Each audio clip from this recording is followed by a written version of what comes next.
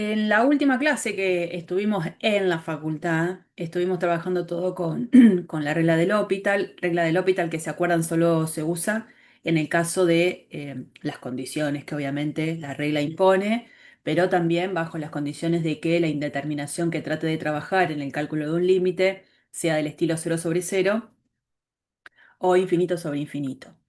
Entonces, bueno, la idea del L'Hopital es que me dice, mira, hace un límite diferente al que venías planteando, a lo mejor este es más fácil de resolver que el original. ¿Y en qué consiste?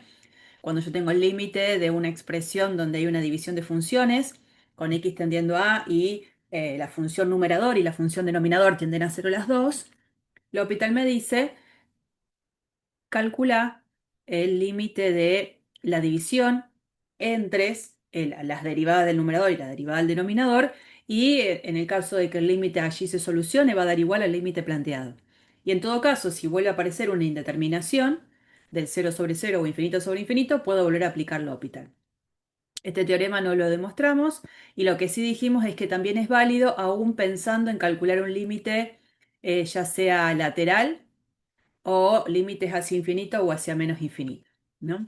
Bueno, estuvimos haciendo algunos ejercicios porque había alguno planteado originalmente que nos dábamos cuenta que los argumentos que teníamos de cálculo uno no eran suficientes y entonces aparece el L'Hopital al rescate. eh, Vimos estas cuentitas de algunos límites y empezamos a ver que aparecían otro tipo de indeterminaciones donde, bueno, como no caen en la estructura del L'Hopital, soy yo quien tiene que buscarle la vuelta de que caiga en esa estructura. Entonces, una de las primeras indeterminaciones que vimos fue cero por infinito. La estrategia era a alguna de las dos funciones pasarla al denominador del denominador y dependiendo a quién pasaba, eh, caía en una indeterminación del estilo cero sobre cero o infinito sobre infinito. Ahí puedo aplicar L'Hopital. Después vimos diferencias indeterminadas, que es cuando aparece el planteo del límite de una resta de funciones donde las dos tienden a infinito. Y entonces, bueno, ¿qué es infinito menos infinito? Esa es otra indeterminación y la idea es que sobre un ejercicio vimos que la propuesta sería pensar en resolver la resta, en escribir esa resta a partir de una sola expresión de una división entre funciones, en donde seguramente después pueda aplicar L'Hopital y tratar de resolver mi problema. Acuérdense que cada vez que uno va a aplicar L'Hopital siempre lo tiene que indicar arriba del igual, ¿no? Con el L apóstrofe H. Y después vimos por último las tres indeterminaciones que nos quedaban, que son las potencias indeterminadas, que son cero a la cero, infinito a la cero, uno al infinito. Esas indeterminaciones menos, digamos, caen en la estructura del L'Hopital, entonces hay que buscarle la vuelta a partir del uso de una composición de la función exponencial con su propia función logaritmo, que es su función inversa. Y vimos, bueno, una estrategia que a partir de conocer que la función exponencial es continua en todo R, podíamos pasar a calcular el límite de una expresión nueva en la que ahora ya dejo de tener este problema donde tengo una base variable y un exponente variable. Entonces, la estrategia pasa, en principio acá yo no estoy aplicando nada del L'Hopital, lo único que dijimos es cómo le puedo cambiar el aspecto a la función que tenía originalmente, si esta era mi expresión y caía en alguna de esas indeterminaciones que marcamos recién, haciendo este juego de escribirla diferente a partir del uso de la función exponencial y logaritmo natural, y sabiendo que la función exponencial es continua, pasamos a tener este problema totalmente equivalente al inicial, en donde ahora la idea es calcular el límite de esta expresión que es la expresión exponente de la función exponencial. Y este límite seguro cae en una indeterminación de este estilo, cero por infinito. Y entonces, bueno, yo ya sé, porque lo vi antes, qué hago cuando caigo en una indeterminación del estilo cero por infinito. A una de las dos funciones la paso al denominador del denominador para recién ahí aplicar L'Hopital. Y entonces el consejo que yo les daba era, resuelvo este límite que yo marqué acá en amarillo o naranjita por separado, una vez que tenga ese cálculo de límite hecho, vuelvo acá y digo, ah, esto es E, A, y bueno, no sé qué es lo que queda acá. Si queda un infinito, diría que todo esto es infinito, dependiendo qué es lo que queda, es el resultado que yo expongo, ¿no? No sé, ahí pongo un signo de pregunta porque dependerá del valor del límite que tengo ahí. Bien, ahí habíamos desarrollado todos los ejemplos posibles, les di un ejemplo de cada una de las indeterminaciones y ahora lo que vamos a hacer juntos es el estudio de esta función, que era una propuesta que quedaba dentro del PDF que no la pudimos hacer juntos en la clase, porque lo que uno va a tratar de hacer ahora es volcar todo lo que fue aprendiendo para aplicarlo en la gráfica de una función, en lo que es el estudio completo de una función. Funciones que, insisto, no son funciones que a mí en cálculo uno me podrían haber pedido, porque en cálculo uno las herramientas que teníamos éramos como muy, precarias, básicas, y entonces ahora que tenemos más herramientas podemos meternos a trabajar con funciones un poco más complicadas. Cuando yo quiero hacer el estudio completo, muchas veces en un ejemplo es así, como lo dice ahí, realicemos el estudio y la gráfica completa de la función tal. Y eso que se escribe muy como chiquitito, muy acotado, implica un montón de cuentas. Y otras veces el propio ejercicio como que me va diciendo, ítem A, encuentre el dominio de la función. Ítem B, encuentre la derivada y los números críticos. Bueno, se puede hacer el enunciado del ejercicio súper minucioso y que en realidad podrían no decírmelo, que cuando a mí me dicen que tengo que hacer el estudio completo de la función, yo ya sé lo que tengo que hacer. Y ese yo ya sé que tengo que hacer, a veces se puede englobar en una receta, que sería esto, como la receta de cocina, los ingredientes para que después salga lo que quiero. Bueno, acá hay una propuesta de pasos a seguir, de cosas que no me tengo que olvidar al momento de hacer el análisis para hacer la gráfica de la función. Hay algunos órdenes que podríamos alterar. Por ejemplo, lo primero que tengo que hacer siempre en cualquier estudio de función, lo primero, y ahí sí no hay forma de hacerlo después, no, lo primero que tengo que hacer es identificar el dominio de la función. Lo primero. Después acá la propuesta dice que identifiquemos o estudiemos las simetrías que puede tener la curva. El estudio de las simetrías puede estar ahí, puede estar un poco más adelante, casi sobre el final. No es que sí o sí tiene que estar en ese lugar. Ponerlo ahí creo que viene bien, ¿no?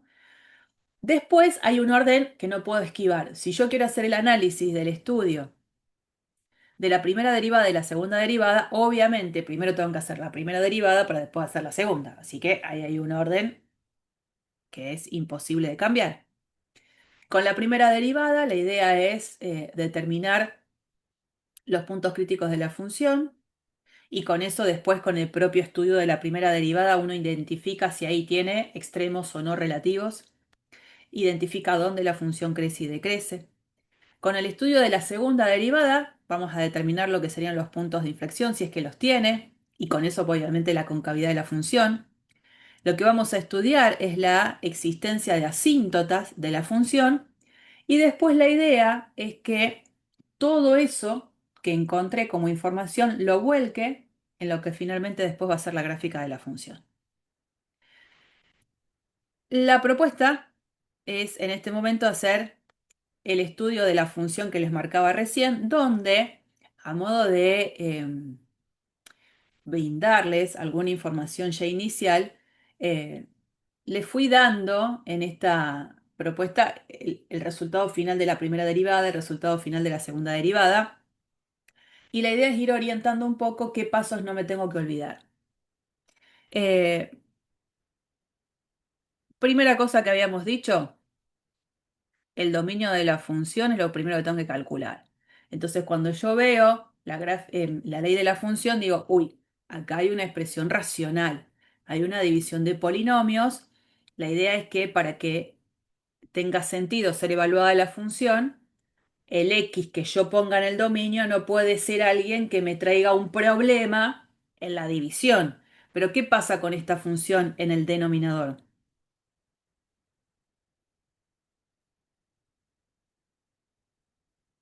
Cuando Que quiero. el x está elevado al cuadrado, entonces aunque sea -1 no hay problema. Exactamente, como está elevado al cuadrado la x, independientemente de quién sea la x, positiva, negativa, el resultado de eso va a ser positivo. Va a ser cero si el x vale cero. Pero como en el denominador aparece uno más x cuadrado, ese denominador siempre es mayor o igual que uno. Por lo tanto, el denominador no me trae ningún problema. Insisto, era una división de polinomios, o sea que otro problema no iba a tener. El dominio de la función es todo R. Y entonces yo les propongo ahora irme un poquito de acá, eh, compartir este archivo, donde fui poniendo por partes estas cuestiones que me iban a interesar trabajar. Ay, no sé por qué puso justito. Em, para que juntos arribemos a las conclusiones que después vamos a volcar en la gráfica. Lo fui como capturando de a pedazos, ¿no? A todo eso que estaba en la placa anterior.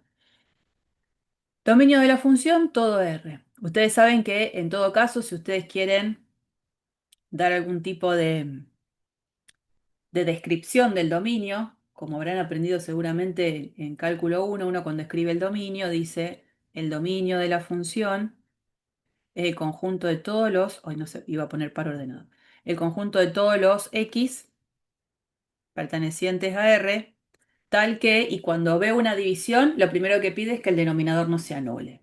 Si aparece una raíz cuadrada, lo primero que le va a pedir al radical, a lo cual le calculo la raíz cuadrada, es que sea mayor o igual a cero, ¿no? Radicando. Que después, si aparece un logaritmo natural, que se lo calcule algo que sea mayor que cero. Cosas que se me ocurren que pueden pasar, ¿no? Entonces, en esta expresión, lo primero que uno va a decir, y el dominio va a estar formado por aquellos números reales para los cuales uno más x al cuadrado sea distinto de cero. Y entonces uno se da cuenta que la verdad es que, como esto es siempre mayor o igual que uno, el resultado de lo que es el dominio de esta función es R. Es una manera de identificarlo y no poner solo R. Digo, mirá, pensé en esto y me di cuenta que nunca voy a tener un problema. Una Si vez que... ponemos solo R estaría mal. No, no, es que está... Mirá, yo no te puedo decir que está mal porque la ley de la función es muy simple. No te puedo poner mal eso. Yo lo escribiría a toda esta, que es un pasito así súper minúsculo, pero no va a estar mal si pones R. Ahora, si de una función complicada el dominio termina siendo una unión de intervalos y me la pusiste porque sí, sin ninguna justificación, eso sí, no te lo puedo considerar, porque hay un Yo montón. porque, por ejemplo, imagínate que estás escribiendo todo eso y en alguna parte te confundís. Y bueno, está bien, sí, son todos los reales, pero pusiste mal esa información extra y bueno, eso va a estar mal. Eso es lo Uno, que... yo no tengo por qué tener miedo a la información extra porque además la información extra es re poquita. Distinto es cuando uno se embala y quiere aclarar tanto algo que la verdad es que con dos palabras se aclara. El problema es eso, cuando uno se va de mambo y quiere como aclarar demasiado cosas que no tienen demasiado sentido que se hagan. Eh, si vos en este ejercicio ponías R, está bien.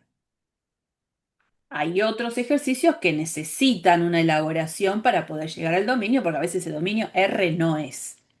¿Está bien? Pero quédate tranquilo, si ponías R acá, este tipo de función, ahora yo capaz, ponele que no quiero escribir todo este conjunto, que no demoré demasiado y era muy cortito, podría haber aclarado en mi hoja, marco el denominador y esto es siempre mayor o igual a uno.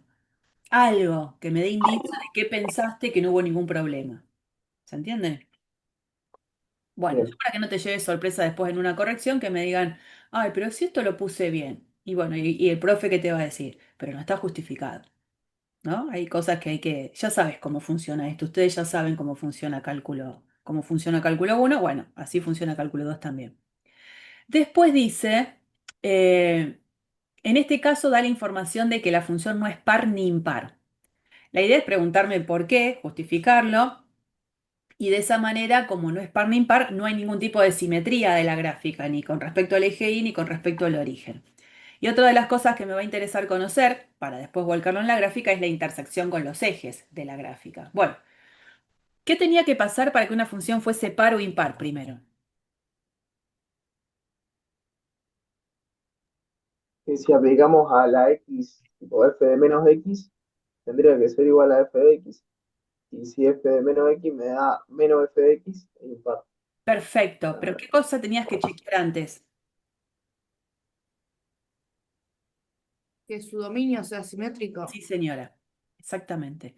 Si yo ya no tenía de por sí que mi dominio era simétrico, la función no podía ser ni par ni impar, y entonces me sacaba de encima el análisis posterior que me decías vos, Simón, recién. Entonces, eh, como su dominio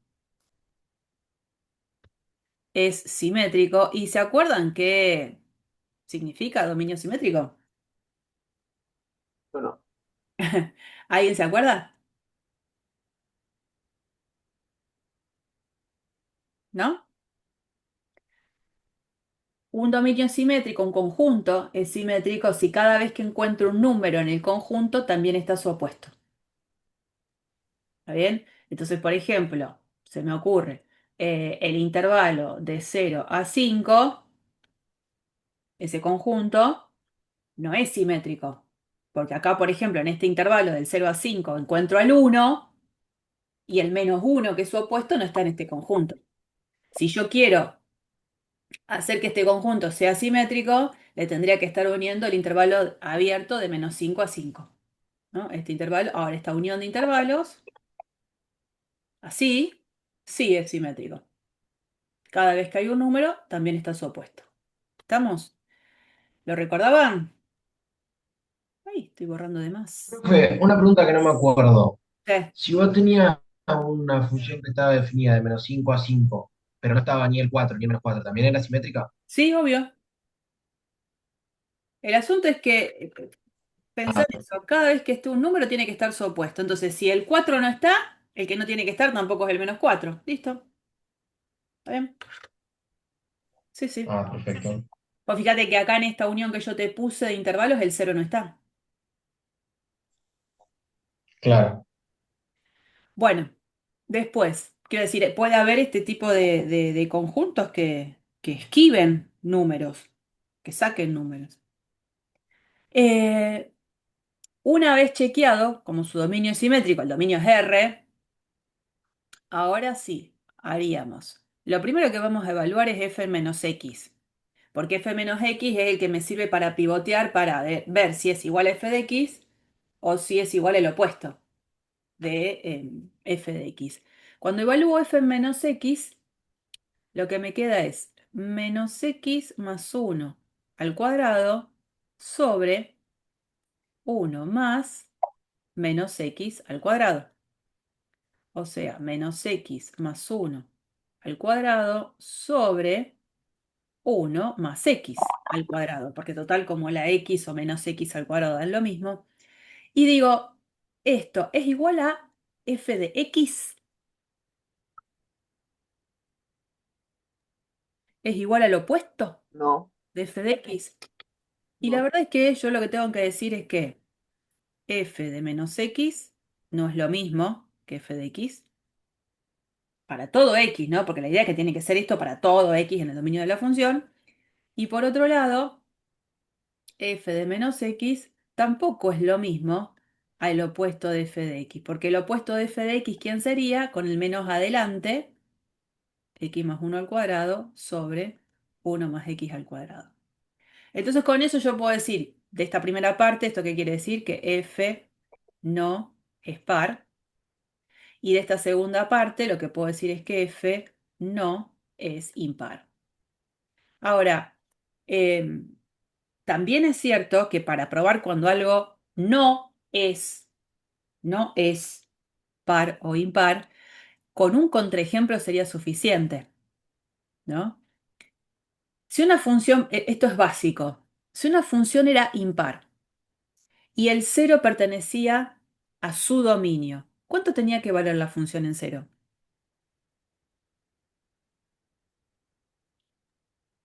Pero, Cero, sí o sí. porque siempre pasa por el origen.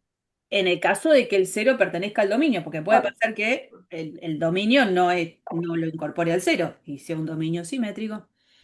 Bueno, entonces podría, por ejemplo, haber hecho algo diferente y estar bien igual. Yo evaluaba f en cero, me queda cero más uno al cuadrado sobre uno más cero al cuadrado, o sea, uno sobre uno, uno. Como esto no es cero, la conclusión que tengo solamente con visualizar esto solo, que f no es impar, no es impar. Ahora, si yo evaluaba f en cero y f en cero me daba cero, eso no quiere decir nada. Digamos, no falla en eso, pero no quiere decir que la función sea impar. Estoy buscándole la vuelta para la justificación del por qué no es impar. Y otra forma, son formas, de mostrar, por ejemplo, que no es par, ¿cuál sería? Ya probamos que no es par, ya lo escribimos, pero digo otra forma de mostrar que no es par,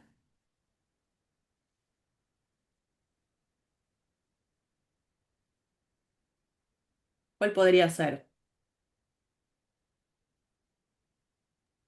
Buscar un punto tipo, en la función y tiene que pertenecer, tipo, no el contrario, sino al tercer cuadrante sería. No sé cómo explicar. El tercer cuadrante, ¿por qué será el tercer? Porque, no, o sea, viste el tercer, porque cuando es impar pertenece en X, de una función, y después, no el contrario, sino en diagonal. Sí, ya te entiendo. Pero bueno, pero podría estar en el segundo cuadrante también, porque para los valores de x positivo podría estar la función definida negativa y entonces su gráfica queda en el cuarto. No sé qué idea tenés, estoy tratando de interpretar lo que me quisiste O sea, decir. por ejemplo, si pertenece el punto 1, 1, tiene que Sí. pertenecer el punto menos uno menos uno. Claro, ahí entendí. Bueno, O, está bien, está bien, está bien. Está bien tu idea. Bueno, y entonces ahora, con algo concreto, la idea sería mostrar, se me ocurre, ¿no? Digo, evalúo f en uno. Si la función fuese par, me tendría que dar lo mismo que f en menos uno. Entonces evalúo f en uno. F en uno me queda uno más uno al cuadrado sobre uno más uno al cuadrado. Uno más uno 2, 2 al cuadrado 4 sobre 2 2, ¿no? Y entonces después digo, bueno, ¿y cuánto vale f en menos uno? F en menos uno me queda menos uno más uno al cuadrado sobre uno más menos uno al cuadrado, o sea, cero sobre 2 cero. F en uno no me da lo mismo que f menos uno. Y con esto entonces yo ya puedo decir que f no es par. Esta también es otra opción para mostrar que no es par. Este mismo ejemplo me serviría también, si no vi el anterior, me serviría para decir, bueno, pero f en uno no es igual al opuesto de f en menos uno tampoco, ¿no? También ese mismo ejemplo me serviría para decir que no es impar. Opciones. Ahora, la cosa ya no es la misma cuando quiero probar que sí es par o que sí es impar. Ahí sí tengo que ir, no me queda otra, por la definición que sería ver si esto realmente sucede de la igualdad. ¿Se entiende? Opciones. Y que todas estarían bien. Seguimos. En este seguir, una vez que identifiqué esto, me pide ver intersección con los ejes. Voy a borrar esta parte de acá abajo, que es la que agregué de más, dando opciones de abordaje para que me dé lugar, ¿no? Voy a borrar esto de acá abajo, total ya entendimos, no es par ni impar. ¿Cómo evalúo la intersección de la gráfica de la función con los ejes coordenados? ¿Cómo se hace eso? La intersección con el eje Y. ¿Qué hago? ¿Qué tengo que plantear? ¿No sí, era f de x igual a cero o era f en cero? Una de esas dos, no me acuerdo Y bien. una de las dos es, el tema es Yo quiero la intersección de la gráfica con el eje Y. ¿Qué planteo? X igual a 0. Ahí va, ahí va, ahí va. Quedó esta gomita como muy chiquitina, y por eso estoy tardando un montón. A ver, si me lleva mucho más tiempo, yo porque no quería modificar. Creería que ahí me va a alcanzar. Bueno, vamos a poner negro. Bien, eso, ¿no? Entonces la vamos a hacer intersección con el eje Y. ¿Qué hago? Evalúo f en cero lo había calculado recién, ¿se acuerdan que me había dado 1? Y entonces el punto de intersección con la gráfica es 0, 1. Este punto pertenece a la gráfica de la función. Y la intersección con el eje X, ¿cómo la encontraba?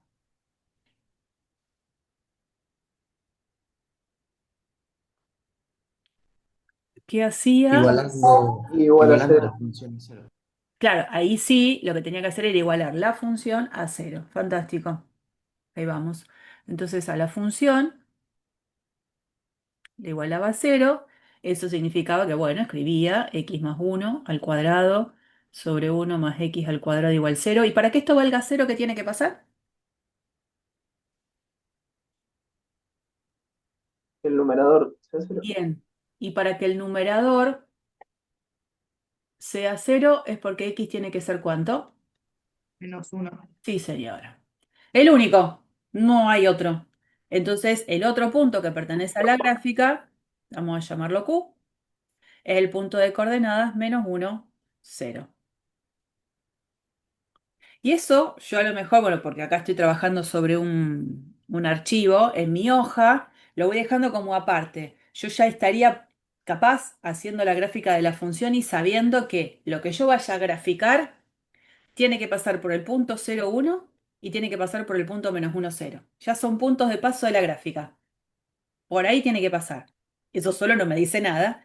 Entonces, lo que necesito es trabajar con, ahora sí, el estudio de la primera derivada.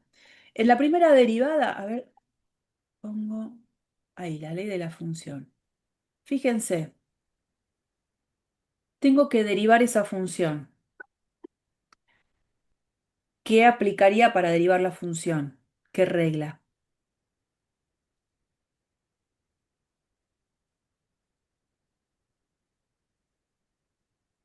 La de la división. Sí, Mm, entonces empiezo, ¿no? claro. La propuesta es la derivada del numerador, tengo una composición, entonces 2 por x más 1 por, ya está, porque ahí ya derivé, porque la derivada de lo de adentro es 1, por el de abajo sin derivar. Entonces, esta primera parte es la derivada del de arriba por el de abajo sin derivar, menos de fórmula el de arriba sin derivar por la derivada del de abajo, que es 2x, y abajo la función denominador al cuadrado. El tema es este igual, que dice compactadamente que me da eso. Entonces, ¿de dónde lo saco? ¿Cómo me doy cuenta que realmente esos dos numeradores son iguales? ¿Qué tendría que hacer?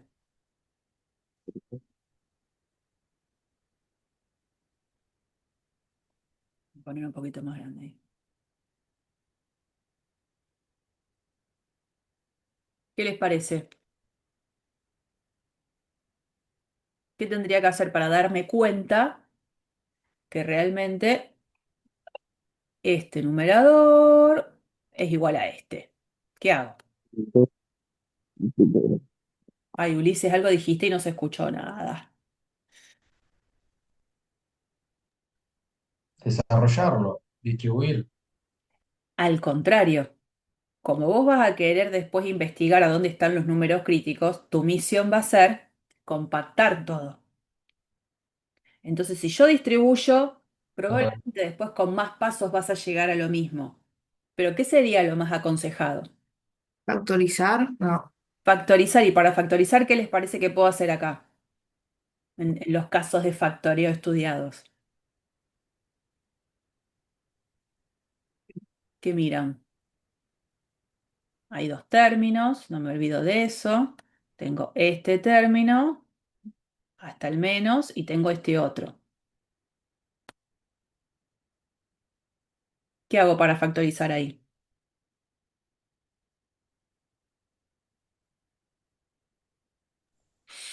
Sacás factor común 2. Seguro, saco el 2. ¿Qué más? ¿Qué más saco factor común?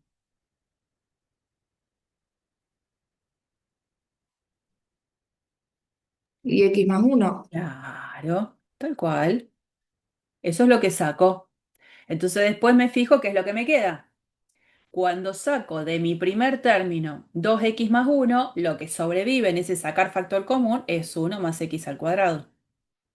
Después viene un menos. Si yo saco 2x más 1 de este segundo término factor común, ¿qué es lo que sobrevive?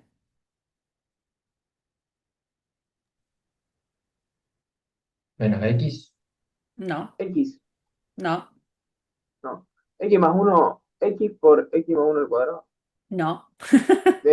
No, o sea, sin el cuadrado. X. Ah, sí en el cuadrado, está bien. Saco el 2, saco el x más 1, ¿qué es lo que me queda? Un término en x más 1 por el x que lo multiplica, ¿no? Todo sobre la expresión que veníamos arrastrando en ese denominador. Entonces ahora sí, acá adentro me fijo qué es lo que pasa. 2 por x más 1. Estas son las cuentitas que uno debería hacer en su carpeta porque yo les di como cosas muy aisladas.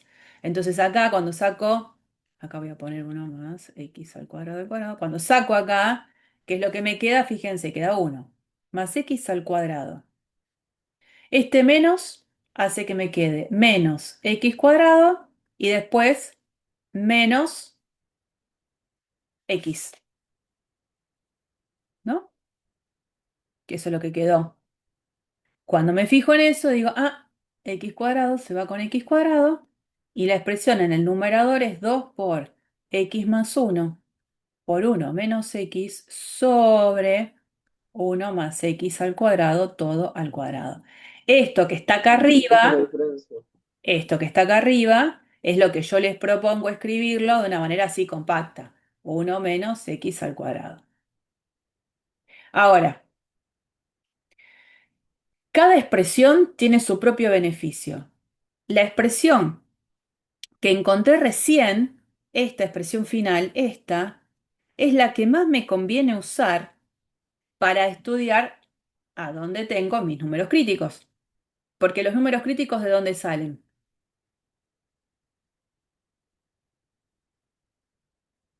Números críticos. Donde se De ver dónde la hace función da cero no se puede calcular. cero. Ojo que lo dicen muy livianamente. Los números críticos son los números ¿dónde?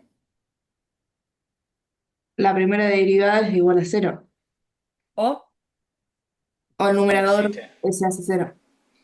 o no existe la derivada. Ah, claro. Ya, Claro, está bien. definición de número crítico. Siempre vayan a las definiciones. Un número es crítico si la primera derivada vale cero o no existe. ¿Qué sucede acá? En este caso, la función derivada, es cierto que aparece una expresión que tiene una fracción, entonces puede pasar que el denominador se anule y entonces sea un número crítico por eso, pero no me olvido que tiene que ser también un número en el dominio. ¿Qué pasa con el denominador? El denominador no se anula nunca. Es diferente al numerador que veníamos elaborando de la función original, pero es el cuadrado del que venía antes. Entonces no se anula nunca. Los números críticos van a salir porque acá f' valga cero. Y para que f' valga cero, quien tiene que ser cero en esta expresión es el numerador. Entonces la idea es que vamos a plantear eso, ¿no? F' de x igual cero.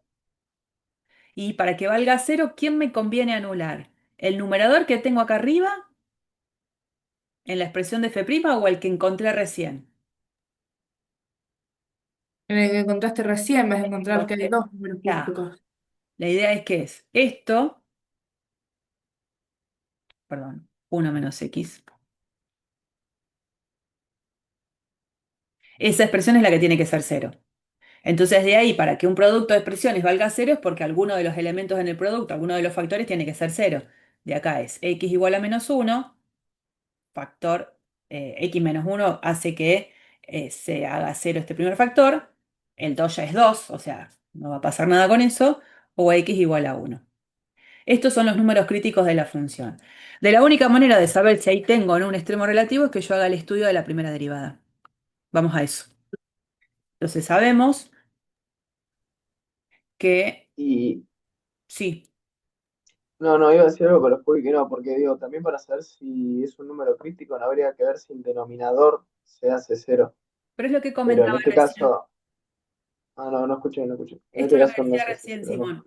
El denominador, por supuesto que como es una expresión, una división entre funciones, me tengo que fijar si el denominador justo no me trae un problema, ¿no? Resulta que ese denominador no es más que el cuadrado del denominador de la función original, que era este. Entonces, si ese ya me había dado cuenta que no se anulaba nunca, su cuadrado tampoco. O sea, sí es cierto que debería pensar dónde no existe la primera derivada, pero acá no se da esa cuestión. En otros ejemplos capaz que sí, ¿no? Y ojo, Claro, disculpa, no escuché. no, pero igual acuérdense de que para que sea un número crítico, primera derivada vale cero o primera derivada no existe, pero además el número tiene que estar en el dominio de la función, no me tengo que olvidar de eso. Y todo eso está en la definición de número crítico, o sea que cada vez que estudien, tengan siempre presente el repasar la definición. Bueno, cuando tengo los números críticos, yo ya sé que mi estudio del signo de la primera derivada se va a dividir para f' en intervalos. En -1, la derivada vale cero. En 1, la derivada vale cero. Y entonces, ¿qué es lo que hago? Separo en intervalos el estudio de la primera derivada. Vengo acá, típico cuadrito. Bueno, ahí me quedo medio grande. Acá, desde menos infinito hasta -1, de -1 a 1, de 1 a infinito. El signo de f', y acá cerraríamos, digamos, nuestro cuadro con el comportamiento de f. Bueno, la función f' la escribo acá, bueno, las dejo más como a mano. Es 2 por 1 menos x al cuadrado sobre 1 más x al cuadrado, todo al cuadrado. ¿Cuál podría ser a lo mejor estos puntos que vamos a usar como referentes en cada subintervalo para evaluar el signo de la primera derivada? -2 podría ser. Ponele, vamos con el -2. Acá tendríamos que calcular f' en -2. F' en -2, cuando yo haga la cuenta, yo que ustedes la hago la cuenta en mi hoja. Pero acá, ¿qué puedo ver? Que f' en -2, ¿qué me va a dar? ¿Un número positivo o un número negativo? Negativo. Y negativo. Acá yo calcularía f' en -2, la cuentita, bla, bla, bla, negativo. ¿Qué es lo que miro? El signo que tiene esto, ¿no? Porque la parte de abajo es siempre mayor que cero, el 2 es un número positivo, o sea que el signo de la primera derivada va a depender del signo que tenga este factor, 1 menos x al cuadrado. Bien, eso quiere decir que la función es como, acá puse comportamiento de f' y es comportamiento de la f, esto no, comportamiento de f. La f, ¿qué se puede decir? Si sé que el signo de la primera derivada es negativo ahí. Que es decreciente. Sí, señora. Entonces una opción puede ser, por ejemplo, hacer la flechita para abajo o poner decrece. Dentro del intervalo -1, 1 podríamos poner como referente al número cero, f' en cero, positiva, negativa. ¿Qué tengo? Evalúo el Positivo. positivo Positivo. Positivo. totalmente, quiere decir que la función crece. Y otro referente acá, por ejemplo, para el intervalo que va desde 1 a infinito, podríamos elegir f' en 2. Y f' en 2, en este caso, coincide con f' en -2. Va a dar lo mismo por el tipo de ley que quedó de la derivada, entonces decrece. Este análisis del signo de la primera derivada ya me permite decir si en -1 o en 1 la función tiene o no extremos relativos. ¿Qué me dicen en -1? Acá. Un mínimo. Vale. Cuando yo me paro, en x igual a -1, me doy cuenta que la función pasa de ser decreciente a creciente. Entonces lo que tengo ahí es un mínimo, f tiene un mínimo relativo, ¿no? Y cuando yo ya me doy cuenta que ahí tiene un mínimo relativo y mi objetivo final es hacer la gráfica de la función, necesito ubicar ese punto a dónde va a estar. Entonces yo voy a tener que decir cuál es el punto en cuestión, o sea, voy a tener que acompañar y encontrar el punto -1, f -1, ¿no? Y el -1, si no recuerdo mal, fue un numerito en el que ya habíamos evaluado la función, me parece, ¿o no? ¿No llegamos a evaluarlo? F, el -1 vale 0, que era el punto de paso acá que habíamos justo encontrado cuando vimos la intersección. O sea que el punto acá es un punto ya conocido, ya que le había dado un nombre, le mantengo el nombre. El punto Q, -1, 0. Y después, este mismo cuadro me ayuda a identificar lo que sucede en 1. En 1 veo que la función pasa de ser creciente a decreciente. Entonces la función ahí, f tiene un máximo relativo y entonces el punto que me va a interesar es el punto 1 algo. Y ese punto también creo que lo habíamos analizado, ¿no? En 1, que habíamos hecho una... Ah, porque yo ya lo borré. F en 1 me había dado 2. Si mal no recuerdo, acá tengo algún que otra hojita. Sí. Entonces vamos a llamarlo punto A1, 0. Sí, 1, 0. 1, 2, 1, 2, 0. 1, 2, perdón. Ese punto también va a ser importante para mí. Ya creo que le saqué el jugo suficiente a la primera derivada. No tengo mucho más para decir. Entonces ahora sigo con lo que sería el estudio de la derivada segunda. En el estudio de la derivada segunda, primero tengo que calcular la derivada segunda. Entonces yo lo que les propongo, voy a poner un poquito más chiquitín, es que para derivar a la derivada, nosotros tuvimos dos tipos de expresiones válidas. Para la primera derivada podemos usar esta expresión o podríamos usar esta expresión. ¿Cuál es mi consejo? Esta expresión fue la aconsejada para buscar lo que fue los números críticos, porque como estaba bien factorizado el numerador, era fácil encontrar los números críticos. Como cuando ahora mi misión es calcular la segunda derivada, yo creo que la versión que más me conviene usar para calcular la segunda derivada es esa. Porque en algún momento aparece para cuando haga la derivada segunda, la derivada del numerador. Y si tomo este numerador, el de la última expresión que obtuve, tendría que hacer la derivada de un producto. En cambio, en este, cuando tenga que hacer la derivada del numerador, es la derivada de casi una resta, digamos, porque ese 2 es un número constante. Entonces la propuesta es usar esa versión para hacer la derivada segunda, pero pueden usar la que quieran. El tema es tratar de evitar la cantidad de cuentas. Bueno, cuando la voy a copiar acá abajo, así la tengo más presente, f'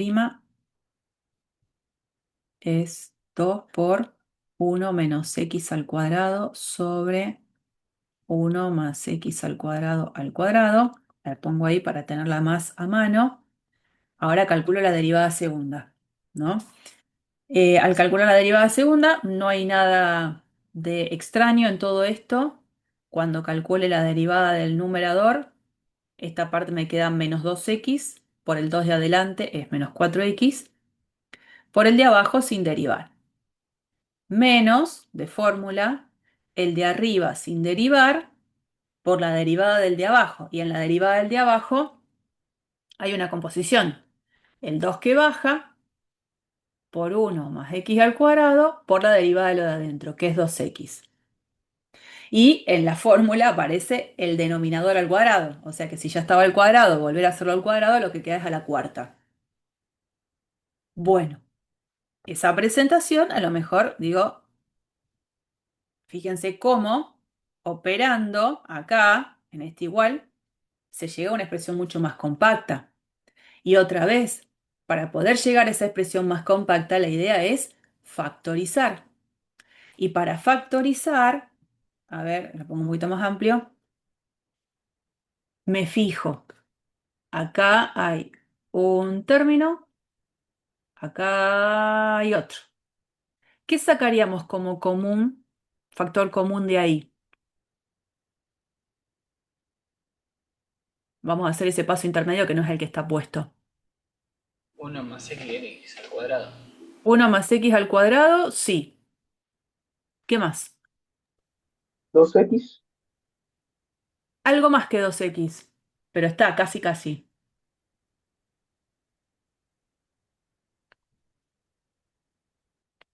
Tengo menos 2x, -4x y el -4 acá lo tengo por el -2 con este de acá.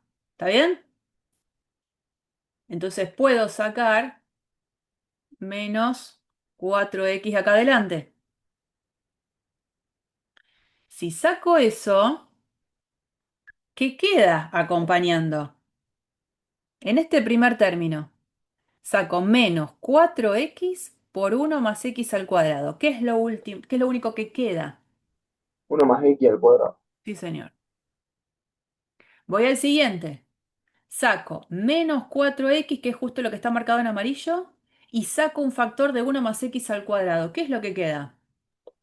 1 menos x al cuadrado por 2. Sí, y con un más, porque el menos me lo saqué de encima allá adelante. Y todo sobre 1 más x al cuadrado a la cuarta. Cuando veo eso, fíjense en la presentación que yo les propongo. ¿Por qué aparece al cubo acá? Pues se puede simplificar el 1 Bien, más x al cuadrado. bien. Este lo puedo simplificar y me queda acá un 3. Y arriba dice -4x. Entonces acá pongo 1 más x al cuadrado al cubo. Y por 1 más x al cuadrado. Este 2 más 2 menos 2x². Fíjense ahora que si yo opero acá arriba, tengo 1 más 2 3. X² menos 2x² menos x². ¿Qué es lo que se hace entonces? Porque acá no es exactamente lo mismo, ¿no? Acá aparece entonces, conclusión, -4x por 3 menos x² sobre, abajo, 1 más x² al cubo. No veo que sea copia fiel, digamos, de esto, pero para transformarlo en una copia textual, ¿qué tendría que hacer acá, en esta última versión que encontré?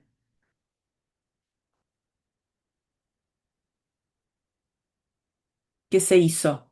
Rotar el 3 menos x al cuadrado o multiplicar por -1. Claro, la idea es, en realidad no es que se me ocurrió a mí multiplicar por -1, sino que si a este menos, en vez de dejarlo ahí adelante, lo paso acompañando a este factor, lo que me va a quedar es -3 más x². Y -3 más x² es lo que aparece acá, ¿no? Bueno, estas son las operaciones que uno en la carpeta tiene que hacer. Este paso de acá no salió mágicamente, salió de hacer todas estas cuentas. Bueno. Una vez que encontré la expresión de la derivada segunda, lo que viene es el análisis del signo de la segunda derivada, porque además ahí pueden salir la presencia de puntos de inflexión. Bueno, ¿dónde voy a encontrar los posibles puntos de inflexión?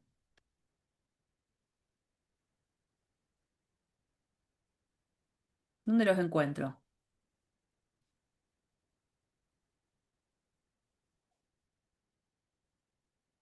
Cuando la segunda derivada la igualas a cero o cuando no existe.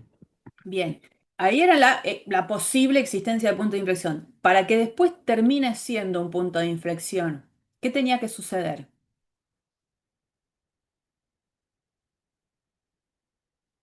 Para que sí sea un punto de inflexión. Esos números que encuentro tienen que pertenecer al dominio. Sí, por supuesto, ¿qué más? Que haya un cambio en la concavidad sí, de que sea decreciente o creciente la primera derivada. Claro, que es que la función original sea que pase de cóncava hacia arriba, cóncava hacia abajo o al revés. ¿Y qué más me tenía que fijar? Que es Que sea continua. la función original, la función de la cual uno parte, tenía que ser continua en el punto. Eran esas cosas, ¿no? Entonces, por supuesto que ahora, en principio, digo, bueno, ¿cuáles son los posibles puntos de inflexión? Y bueno, acá, en este caso, otra vez como antes, la derivada segunda va a existir en cualquier x, porque si bien hay una división, el denominador sigue siendo bajo una potencia diferente el mismo que teníamos en la función original, o sea que no se anularía ese denominador. Para que existan posibles puntos de inflexión, quien tiene que ser cero es el numerador. ¿Y esto qué significa? ¿Qué posibilidades tengo para que esto se anule?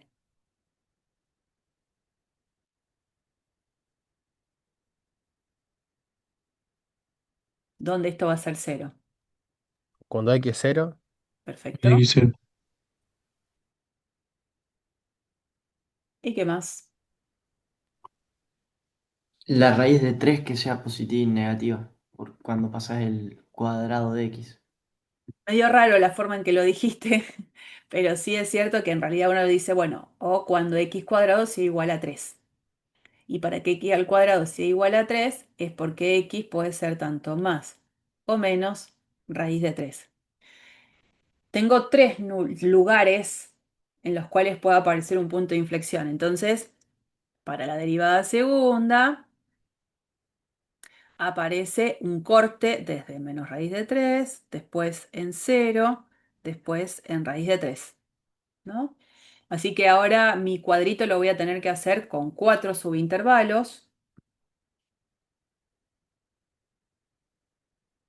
Ahí voy a tener de menos infinito hasta menos raíz de 3, primer intervalo. Después, de menos raíz de 3 a cero, segundo intervalo. De cero a raíz de 3 y después de raíz de 3 a infinito.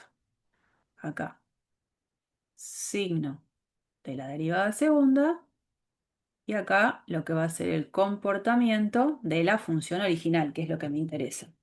Bueno, em, podríamos dar algunos puntos referentes.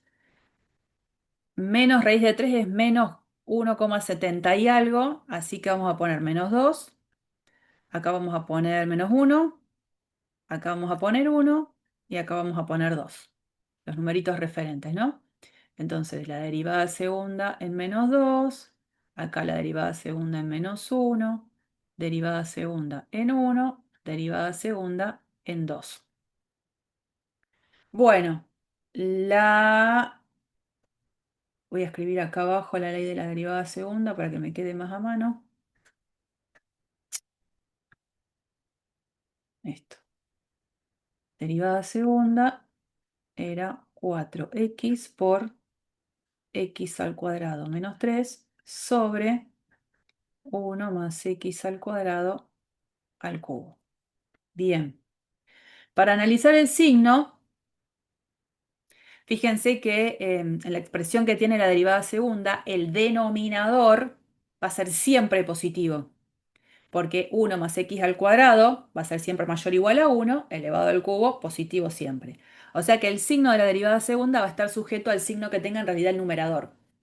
Bueno, si uno hace la derivada segunda en menos 2, esto es negativo, esto va a ser positivo, o sea, negativo. Por las dudas me hice las cuentas yo antes de errarle. Y si la función en ese tramo tiene una derivada segunda Negativa, ¿qué significa en cuanto al comportamiento de la función? Que es cóncava hacia abajo. Sí, señora, cóncava hacia abajo, ¿no? Igual, insisto, ustedes van haciendo las cuentitas de todo esto que yo ahora les voy a decir el signo que tiene. Acá va a ser positivo, lo que significa que entonces la función pasa a ser cóncava hacia arriba. Acá vuelve a ser negativo, la función es cóncava hacia abajo. Y acá vuelve a ser positivo, sí, cóncava hacia arriba. Este cuadro, otra vez como hicimos con la primera derivada, en esos que yo había puesto inicialmente posibles puntos de inflexión, yo ya puedo decir qué sucede. Importante acá, si quieren, nos sacamos de encima la justificación. F como F es continua en R por ser racional y no anularse su denominador. Entonces yo, ya de antemano, esa condición que me pide el punto de inflexión de que tiene que ser continua la función ahí, yo ya lo tengo, para todos. Ahora me fijo si pasa la segunda parte que me pide la definición de punto de inflexión, es que haya un cambio de concavidad. Bueno, si nos vamos parando en cada uno de estos numeritos, en menos raíz de 3, resulta que, siendo la función continua, hay un cambio de concavidad. Pasa de cóncava hacia abajo a cóncava hacia arriba. Entonces de acá yo voy a decir f tiene un punto de inflexión en, y el punto, vamos a llamarlo p sub 1, el punto ¿quién es? Menos raíz de 3, f en menos raíz de 3. Ese numerito, f en menos raíz de 3, es aproximadamente 0,13, menos 0,13. Lo voy a poner para que lo tengamos en cuenta. Esto es aproximadamente menos, dije, 0,13. Ah, no, 0,13 positivo. 0,13 positivo. Ahí. No, no, no parece un cero, es un cero. 0,13. Después, ya que estamos, resulta que me paro en cero, me paro en cero, hay un cambio de concavidad, pasa de cóncava hacia arriba, cóncava hacia abajo, otra vez, F tiene un punto de inflexión en, y lo llamo P sub 2, el punto 0, F en 0. Pero ya lo habíamos calculado, ese puntito, en 0 valía 1 y le habíamos dado un nombre, pero no me acuerdo cuál era. Y después nos faltaría el análisis en raíz de 3. Raíz de 3, raíz de 3, pasa de cóncava hacia abajo a cóncava hacia arriba, otra vez f tiene un punto de inflexión y el punto ahora que lo llamo p sub 3 es raíz de 3, f en raíz de 3. La f, ¿no? Porque estamos hablando de f todo el tiempo.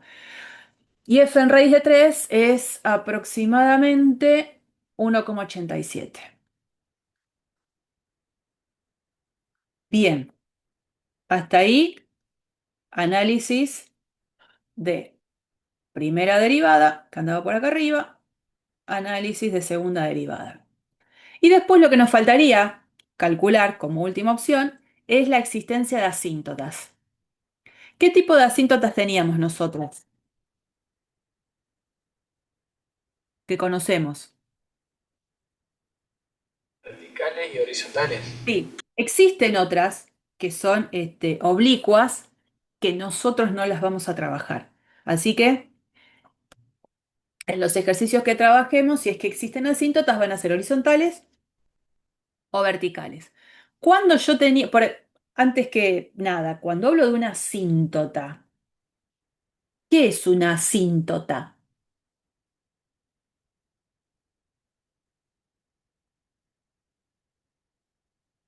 Es una función, es un número, es una expresión, es una recta, ¿Qué? Una asíntota. No, es como el comportamiento de una función que se acerca hacia un número. No me está contestando, Luca. Digo, ¿qué es Me- una asíntota?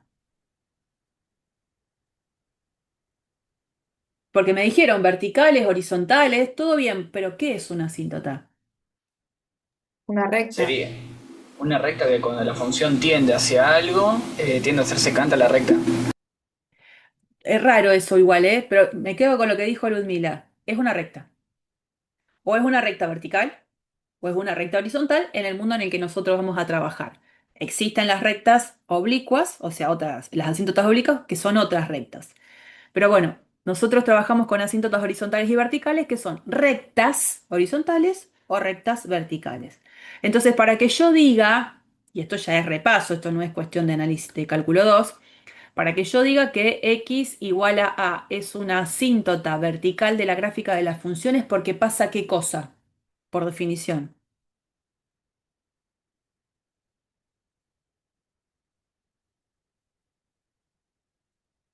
¿Qué pasaba? Es con respecto a cuando el límite tiende a infinito, de x tiende a No, infinito. no. Si hago Límite cuando x tiende a A, tiende a infinito. límite, bueno, a ver. Límite cuando x tiende a A de la función es infinito. Esa es una opción. Son seis. ¿Cuáles eran las otras?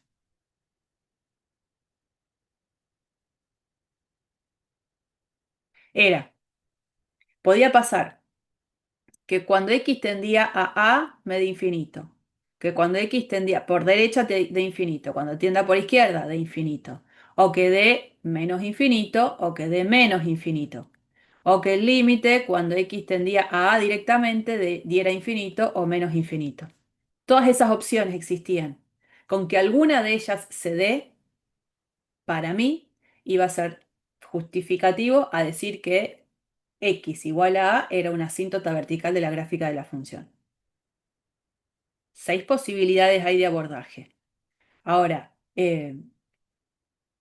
yo creo que en cálculo uno se quedaba con que si investigaba alguno de estos límites y alguno de estos daba más infinito o menos infinito, ya está el justificativo de la existencia de la asíntota vertical.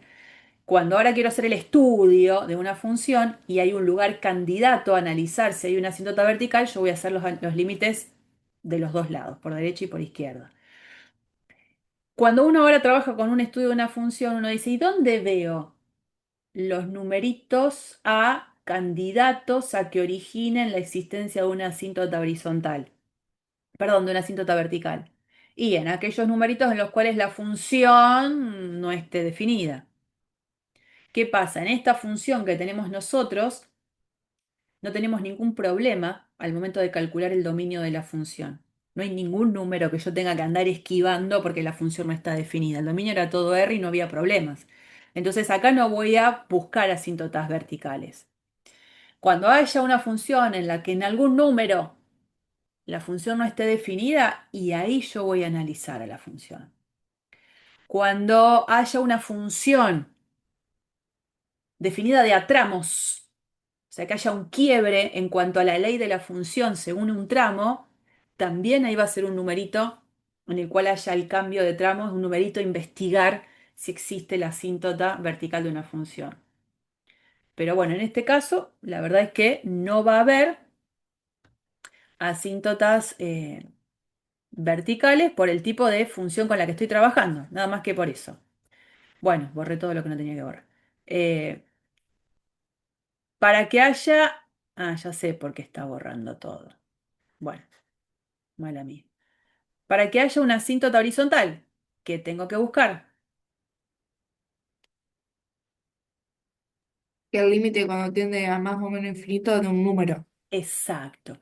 Y ese numerito es el que va a originar después el planteo de la asíntota. Entonces voy a poner acá asíntota.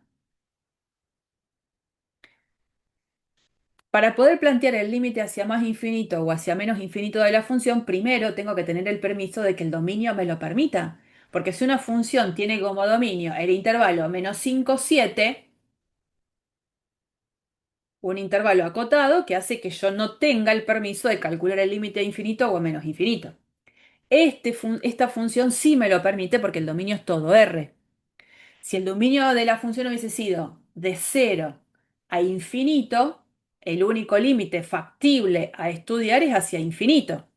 Hacia menos infinito no podría. Pero bueno, en este caso puedo los dos.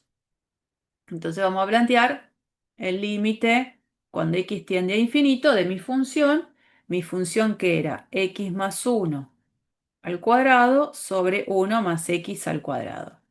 ¿Qué pasa cuando x tiende a infinito? ¿A qué tiende el numerador? ¿A qué tiende este numerador? ¿Perdón? ¿Infinito? Claro.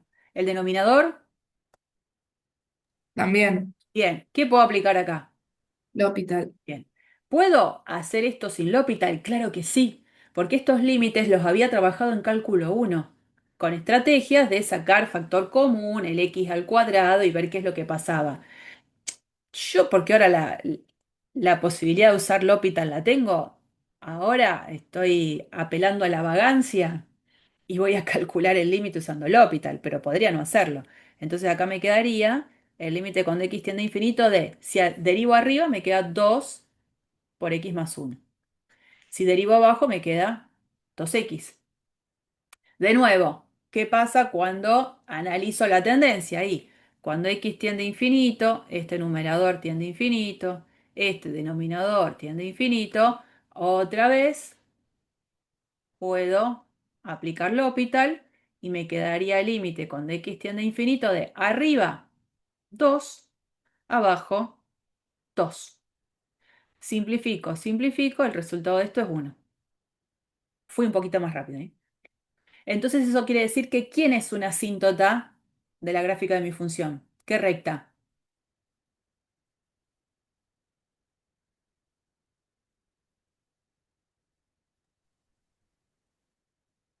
Porque es un Y igual a número. uno. Ah, Y gracias. igual a 1. Exacto. Y igual a 1 es asíntota horizontal de la gráfica de mi función. Cuando yo evalúo el otro límite, que es hacia menos infinito, de la misma expresión, lo que se van a dar cuenta es que no va a cambiar nada en cuanto a que voy a poder aplicar L'Hopital de nuevo. Va a cambiar a lo mejor la tendencia en esta parte, ¿no? Acá yo voy a decir numerador, por más que x tiende a menos infinito, este cuadrado hace que el numerador tiende a infinito. El cuadrado que tiene la x en el denominador hace que también todo esto tienda a infinito. Y entonces voy a decir, bueno, por L'Hopital, esto es el límite cuando x tiende a menos infinito de, y voy a poner el mismo paso anterior, 2 por x más 1 sobre 2x. Lo que cambia es a qué tiende acá. Cuando x tiende a menos infinito, este numerador tiende a menos infinito, este denominador también tiende a menos infinito. Lo que a mí me importa en todo caso es que puedo aplicar L'Hopital sin problemas otra vez. Entonces me quedará el límite cuando x tiende a menos infinito de 2 sobre 2, que cancelo, cancelo y me queda 1. O sea que en definitiva tengo una sola asíntota horizontal, podría haber tenido dos, pero bueno, tengo una sola. Podría no haber tenido directamente también. Si me daban infinito o menos infinito esos resultados, iba a decir que no tiene asíntotas horizontales. Y ya que está, recordemos justamente esto. La gráfica de una función podía tener ¿cuántas asíntotas horizontales? A lo sumo, ¿cuántas puedo tener como asíntotas horizontales? Dos. Sí. Y si la misma pregunta la hago con asíntotas verticales, Puede haber infinitas. ¿te acordás qué función es la que funciona para decir tengo infinitas asíntotas verticales? La tangente, sí. Sí, ¿O esa. no? Sí, sí, sí, esa. Fantástico. Bueno, bueno, bueno, bueno. Todo esto que fui haciendo lo tengo que volcar en la gráfica de la función. ¿Yo qué es lo que hago cuando me planteo hacer la gráfica de una función? Primero que debería tener estas hojas a la vista. Lamentablemente no las puedo tener a la vista, las tengo una a continuación de la otra. Yo me hice acá mi machete. Yo con la primera derivada encontré que esto se quebraba en -1, 1. Y acá tenía que la función era decreciente, acá era creciente y acá era decreciente. Con la segunda derivada, imagino que voy a poner acá un eje paralelo al anterior y voy a poner los números de tal manera que coincidan en el orden y en la distribución con el eje anterior. Teníamos a menos raíz de 3, que como es -1,73 está a la izquierda del -1. El quiebre también lo daba el 0 y también lo daba el raíz de 3, que es más grande que 1.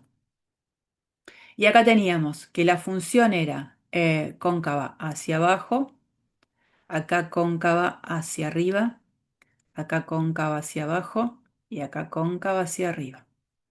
Eso a mí me debería dar el pie para hacer ahora la gráfica de la F. Y todos estos puntitos,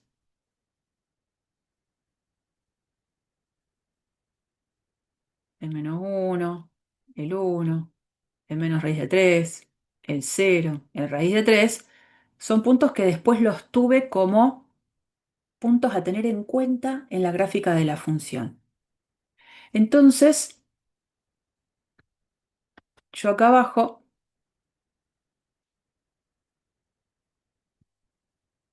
me haría la gráfica de la función y tratando de mantener también este orden. Acá está el 1, por acá está el raíz de 3, acá estaba el 0, por acá -1, por acá menos raíz de 3.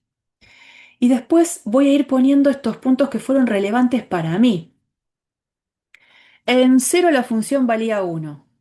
Si esto para mí es 1, este punto es un punto de paso, el 0, 1. El otro punto de paso era el -1, 0, y en 1 la función valía 2.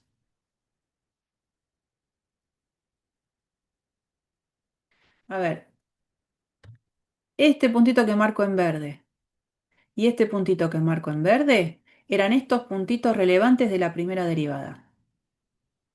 Después vamos con la segunda derivada. Eh, en menos raíz de 3 la función valía 0,13. Vamos a poner por ahí, este es un punto de paso. En 0 la función valía 1 y en raíz de 3 1,87 por acá. 1,87 por acá. Ahí, ¿no? Bueno, esos tres puntitos que yo marqué ahí, en realidad fueron relevantes porque son los tres que me habían quedado acá. Entonces, violetita, violetita, violetita. Con el análisis de las asíntotas, dijimos que la recta y igual a 1 era una asíntota horizontal de la gráfica de la función. Entonces la marco acá, horizontal, horizontal. La gráfica obviamente puede cruzar a la asíntota horizontal. No hay problema con eso. Lo que sí es cierto es que debería ser cada vez más cerca la gráfica de la función a la asíntota cuando x es tendiendo a infinito o a menos infinito. Y acá debería volcar la información que tengo. De -1, perdón, de menos infinito a -1, la función es siempre decreciente, pero hay un cambio de concavidad. Viene cóncava hacia abajo y pasa a ser cóncava hacia arriba. Entonces la gráfica, la voy a hacer en rojo, tiene que mantener esta asíntota, viene decreciendo, cóncava hacia abajo, sigue decreciendo, pero en este puntito violeta cambió la concavidad. Entonces hace algo así. De -1 a 0 y de -1 a 0 la función ahora crece cóncava hacia arriba. No sé si tan así, ¿no? Pero ahí.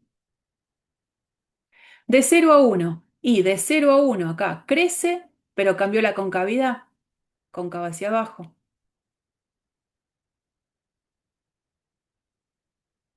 De 1 a raíz de 3. La función ahora decrece, cóncava hacia abajo. Está enojada, ¿no? Como decíamos nosotros. Y desde raíz de 3 en adelante la función sigue decreciendo, pero ya cóncava hacia arriba.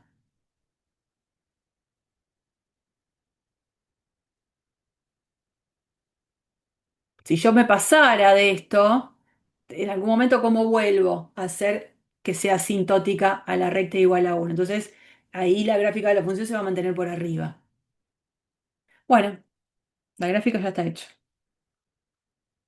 Esa es la gráfica de la función.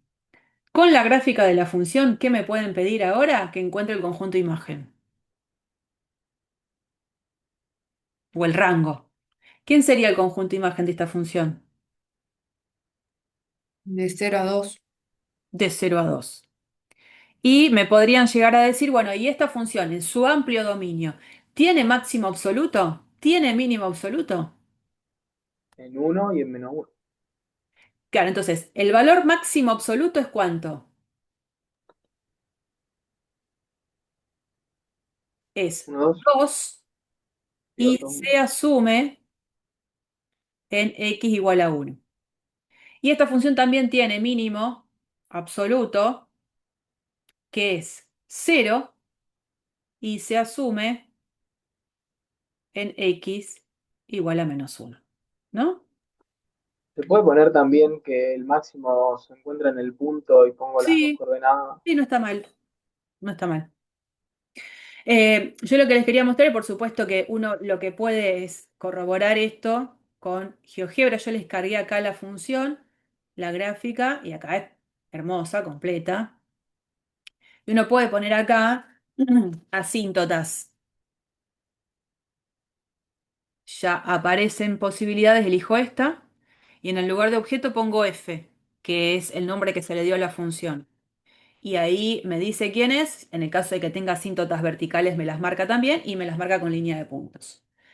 Como para ir corroborando estas cuestiones, y si no, no me va a dar los pasos, pero podría haberle pedido que me haga el límite de la función, que es f, y en el lugar de el valor ponía, por ejemplo, infinito.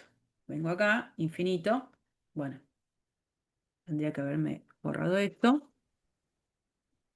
Infinito. Y no sé si lo hizo.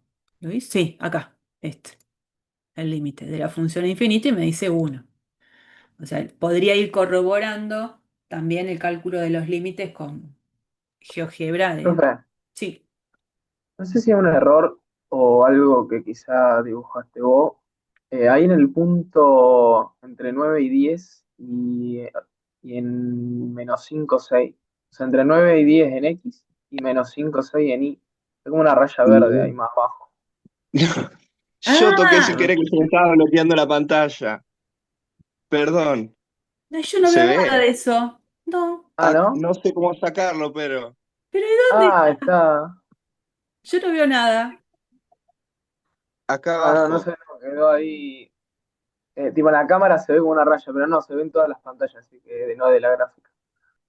Se me estaba por bloquear la pantalla a mí, toqué el lapicito y sin querer escribí ahí abajo. No, la verdad que yo no Y lo no veo. sé cómo. Ah, Bueno, no importa, no importa. Es raro. Bueno. Sí, sí, pero se ve ahí la rayita en verde. Y yo no veo ninguna raya. Bueno, no importa, no pasa nada. Bueno, eso, ¿no? Que tengan siempre también presente esta cuestión de GeoGebra, que es aliado para corroborar estas cuestiones. Bueno, ya con esto tienen un montón de trabajo para hacer en cuanto a lo que es estudio de función. Lo que les dejaría para que ustedes hagan el estudio es de una función que está propuesta, el de esta función. Que hagan el estudio completo que hice yo para esta función. Ahí ya cambió la cuestión, ya no es una función racional, ya veo que tiene problemas en su dominio, que ya no van a ser todos los reales, aparece una función exponencial, Cambia, por supuesto, sustancialmente las expresiones de la derivada y la derivada segunda, así que les pido que hagan el estudio completo de esa función, en lo posible si pueden hacerlo hoy, ya que mañana nos vemos, que cualquier cosa nos preguntemos y veamos cualquier consulta. Así que esa les queda como tarea. Paso, yo había escrito acá, esto lo voy a tener que borrar. ¿La anotaron? ¿Tomaron nota? Porque me va a desaparecer. Eh, Me vengo acá, no desapareció nada. Ya se terminó, digamos, este apunte. Voy a pasar al último. Este PDF en realidad no tiene casi nada de teoría, porque sigue siendo una cuestión de práctica, que tiene que ver con ejercicios de optimización. ¿En qué consiste esto? Nosotros ahora lo que vamos a hacer es tener la situación de, voy a tener un problema escrito de manera coloquial, del cual yo voy a tener que modelizarlo matemáticamente para buscar la optimización que me piden. A mí estuve acostumbrada a que me daban la ley de una función y con la ley de la función y el dominio en cuestión, yo sé ahora, en principio tengo las herramientas, después veré si lo sé hacer, esto es una cuestión de práctica, tengo las herramientas para saber dónde la función crece y decrece, dónde es cóncava hacia arriba, cóncava hacia abajo, tengo la posibilidad de hacer la gráfica completa, pero a mí me dieron la función. Ahora es como que voy a estar en un paso previo. Voy a tener un problema al cual darle una solución, problema del cual voy a tener que buscar quién es la función que lo modeliza, quién es el dominio real de aplicación y una vez que tengo eso, yo ya sé cómo seguir. Entonces, por ejemplo, situaciones en las cuales van a aparecer problemas de optimización. Es clásico que si yo estoy en un negocio, lo que voy a querer en mi negocio es maximizar las ganancias y a la vez minimizar los costos. Dependiendo cuál sea mi negocio, va a ser la función a modelizar en ese negocio. Después, hay algo que ustedes pueden corroborar en el súper. ¿Vieron cuando uno va, me imagino las latitas de tomate o latitas de garbanzo o latitas de, eh, ¿cómo es? De maíz, de granos de maíz.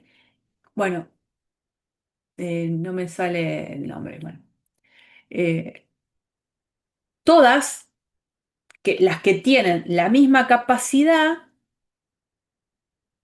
están hechas de una misma forma, o sea, tienen una misma altura y un mismo radio. Eso evidentemente lo que hace es que esa forma de realizar la lata, lo que hace es minimizar la cantidad de material que uso. Y si minimizo la cantidad de material que uso, estoy minimizando el costo de ese producto. Y por otro lado, hay muchos autos que se los llama de bajo costo que tienen particularidades semejantes que hace que se minimice el costo de ese auto. Y así con cualquier otra situación, ¿no? Entonces, vamos a estar trabajando con problemas que me van a pedir, búscame el máximo de esto o el mínimo de esto en esta situación. Y esa situación yo la voy a tener que modelizar. Entonces, en esos problemas de optimización, insisto que va a ser algo coloquial que me van a escribir, primero, como dice ahí, esto es solo una tentativa de receta que la pueden usar para guiarme en realizar el ejercicio. Por supuesto, esto tómenlo, usen lo que les parezca más apropiado, pero el primero de los puntos que no tengo que saltar es leer detenidamente el problema. Y leerlo una vez, y leerlo dos veces, tres, discutirlo con mi compañero. Eso lo necesito hacer. Porque cuando yo lo leo, digo, a ver, ¿no? ¿Qué es lo que me está pidiendo? ¿Qué es lo desconocido para mí? ¿Qué cosa tengo que optimizar entonces? Ya eso es importante. Paso uno. Paso 2 dice, elabore un dibujo sencillo cuando sea posible. Es verdad, hay veces que haciendo un dibujo de la situación a mí me resulta más claro qué es lo que tengo que plantear. ¿Es necesario hacer un dibujo? Y no. Pero hay veces que amerita, bajo ciertas circunstancias, un dibujo realizar para poder elaborar después mi problema. Una vez que hice eso, lo que sí viene es identificar esa función que tengo que optimizar. Y cuando digo optimizar es que puede ser buscar el máximo o buscar mínimo, no lo sé, pero es optimizar. Y puede pasar que en ese problema yo vea varias variables en juego, varias como dos, ¿no? Que las pueda poner en relación. Porque ¿qué es lo que va a pasar después? Mi objetivo en el apartado 4 es realmente dar quién es la ley de la función de una variable de la cual tengo que dar el dominio de esa función. Y una vez que estoy en el paso 4, llegar al paso 5 es aplicar toda la batería de cosas que ya conozco, porque optimizar una función sobre un dominio ya lo sé. Eso yo ya lo sé hacer. Entonces los pasos 1 a 4 son los nuevos. El 5 lo sé. Entonces vamos a un ejemplo concreto.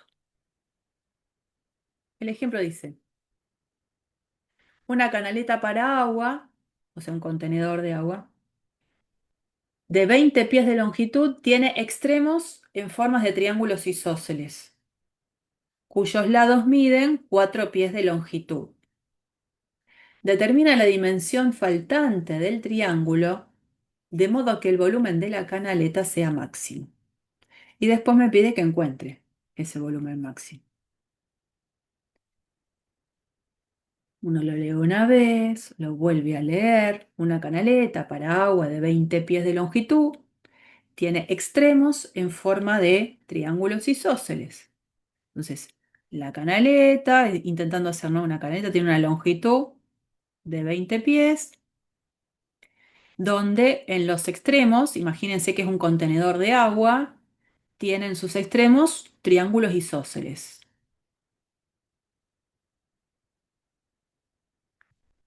Entonces, donde dice que estos dos lados, que son los que miden lo mismo, miden 4.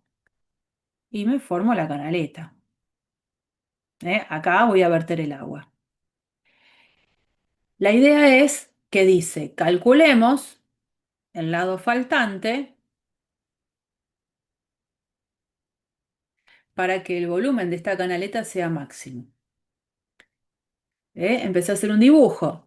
Creo que la situación ameritaba el dibujo. Estos 20 pies son 20 pies y no se cambian. Esa es la longitud. ¿Qué es lo que puede cambiar en estas posibilidades de dibujo? Y, por ejemplo, podría pasar que yo, manteniendo esos 20 pies de longitud y manteniendo estos triángulos isósceles que tengan una longitud de 4 pies, a lo mejor el triángulo isósceles es mucho más abierto. Esto mide 4, esto mide 4, más abierto, 4, 4. La canaleta, uy, me queda así. Evidentemente acá el lado que me falta, que es este, en este dibujo, cuando lo comparo con el anterior, es más grande.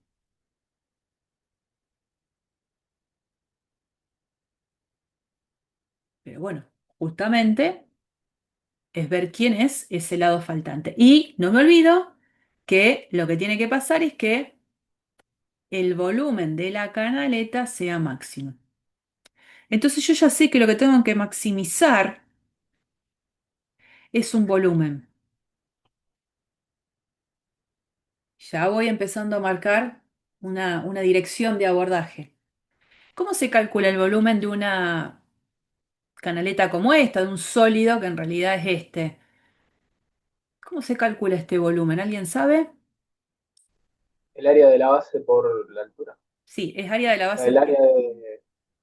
Habría que buscar el área del triángulo, Sí, señor. pero ¿Y qué como no hace? sabemos ese lado, nos va a quedar tipo, como en función de ese lado. Claro. Y yo ya voy empezando a ver una variable. ¿no? ¿Y cuál sería la altura de este sólido? Porque vos me dijiste, haría de la base por la altura. ¿Quién sería la altura acá? Esos cuatro que está, tipo, en centímetros, 4 centímetros No, serían pies, todo en pies, pies, pies. a todo en pies. Sí. Y bueno, 20 pies, ¿no son? De Ujú. altura. A lo mejor uno cuando habla de altura, viste, como que se imagina algo en sentido vertical. Y bueno, en este caso está la canaleta, a lo mejor en sentido horizontal, la altura serían esos 20 pies, que sería la longitud, lo largo de la Igual canaleta. no habría que pasar los pies para Ah, después calcular el volumen. todo en pies, lo dejamos en pies. Y total son lindos numeritos, 24. A menos que el ejercicio te pida que hagas un pasaje en el sistema de medición, pero no lo pide. Así que yo lo dejo tal cual como está y me manejo con esos numeritos. Bueno, la propuesta del dibujito, entonces lo primero que veo es que lo que tengo que hacer es el volumen de la canaleta, que sería el área de la base, que sería este triángulo, por la longitud. Y es cierto que acá empieza a aparecer alguien importante en estas cuestiones, que es una incógnita. Y entonces, si tuviese que definir quién es esa variable incógnita, digo x, longitud del lado faltante del triángulo. ¿Mm? Bueno, la longitud. La longitud, que sería la altura de la que se hablaba recién, yo ya sé cuánto es 20. Eso lo sé. Y el área de este triángulo, ¿cómo se hace el área de un triángulo? ¿Cómo Se se por llama? altura sobre 2. Base por altura sobre 2. Bueno, ustedes saben bien que cuando uno tiene un triángulo tiene la posibilidad de tener o tres bases o tres alturas, ¿no? Pero cuando el triángulo es isósceles, que dos lados son iguales, creo que vale la pena, si esto mide 4 y esto mide 4, elegir como base del triángulo este lado, porque la altura, ¿qué particularidad tiene?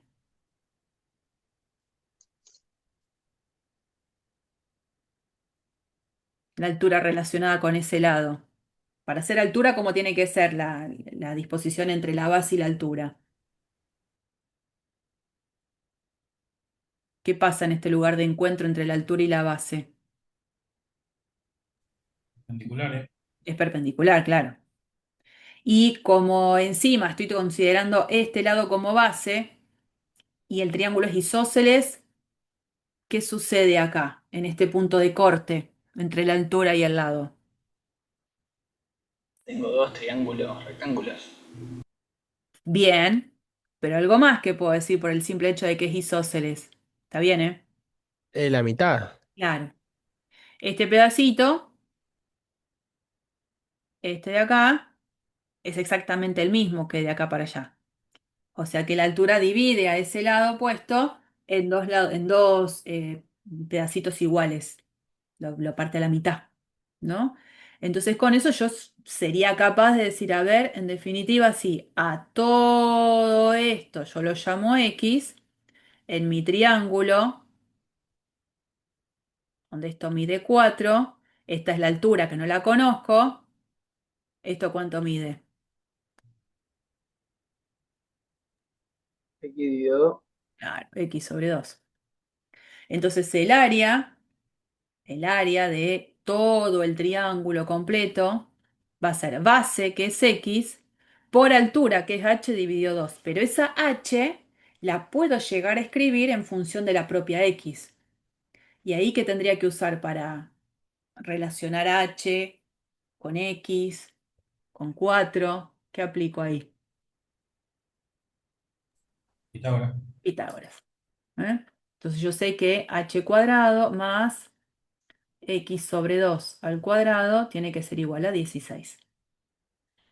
Cuando yo despejo h de ahí, h cuadrado es 16 menos x cuadrado sobre 4.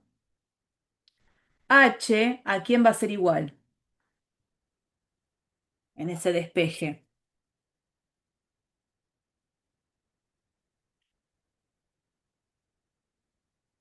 ¿Cómo despejo h de ahí? A la raíz. ¿De qué? A la raíz de 16 menos x cuadrado dividido 4 Ah, me faltó el 16, yo y puse. distribuir la raíz. ¿Dijiste distribuir la raíz? ¿Escuché bien? Sí, una caballada. No se distribuye la raíz en una resta, ni en una suma. Sí se puede Es distribuir verdad, es solo verdad. en una. Bueno, eh, Mala mala tuya, sí. En este caso yo tendría que poner más menos, ¿no? Porque existen dos posibilidades de H. Lo que sucede es que yo voy a escribir solo un posible despeje porque aclaro que el H es positivo porque es altura de un triángulo. Si yo no estoy, fíjense cómo acá empieza a importar el contexto en el que estoy. Si yo a mí me dicen despejame H de acá, me dicen de la nada despejame H de ahí y yo digo, y bueno, H es más menos la raíz de todo lo que está a la derecha. Como en el contexto en el que estoy, el H representa la altura de un triángulo, tiene que ser ese H positivo.